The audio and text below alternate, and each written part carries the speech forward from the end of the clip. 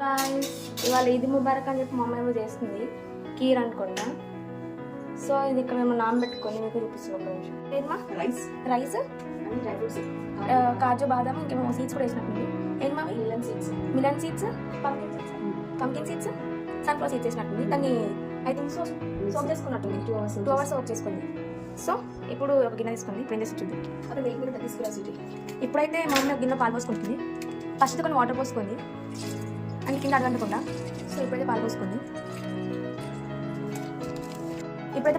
ఒక half litre packet వేసుకుంది full cream milk.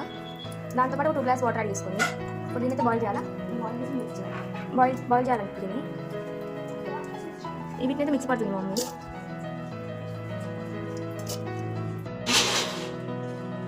నేను వాటర్ పోసుకొని మళ్ళీ మిక్స్ పట్టుకుంటుంది.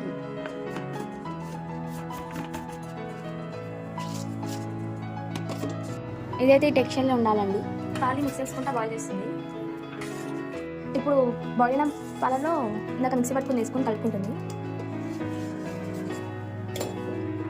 లాస్ట్లో కొంచెం మిగిలిపోయిన దాంట్లో వాటర్ పోసి మిక్స్ చేసుకొని మళ్ళీ పోసుకుని నేను కలుపుతూనే ఉండాలంట అడగంటకుండా. సాఫ్రాన్ వేస్తుంది ఒక గిన్నెలో. ఫ్రై చేసుకోవాలంటే దీన్ని ఇందాక ఫ్రై చేసుకున్న సాఫ్రాన్ మంచిగా దంచుతుంది. ఎందుకంటే మంచి ఫ్లేవర్ కోసం యాడ్ చేస్తారంట సాఫ్రాన్. ఇంకా మంచి కలర్ కూడా వస్తుందంట. ఇందాక దంచుకున్నాం కదా సాఫ్రాన్ని, దాన్ని మనం పాలలో యాడ్ చేసుకోవాలి. దంచినట్లు పాలు పోసుకొని ఇలా వేస్తుంది మమ్మీ. చూసారా కలర్ చేంజ్? మీకు ఆల్రెడీ తెలిసే ఉంటుంది కానీ చెప్తున్నాను. సాఫ్రాన్ని ఉట్టిగానే వేస్తే కలర్ రాదంట.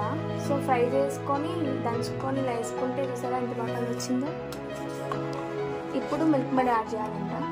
మీకు తెలిసే ఉంటుంది ఇలా చేస్తే కలర్ వస్తుందని, జస్ట్ చెప్పాను అంతే.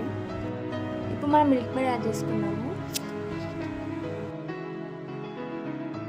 ఇందాక మిల్క్ మేడ్ యాడ్ చేసింది కదా, సో షుగర్ సరిపోలేదంట స్వీట్నెస్. సో మళ్ళీ షుగర్ యాడ్ చేస్తుంది. మీ టేస్ట్ తగ్గట్టు మీ షుగర్ యాడ్ చేసుకోండి.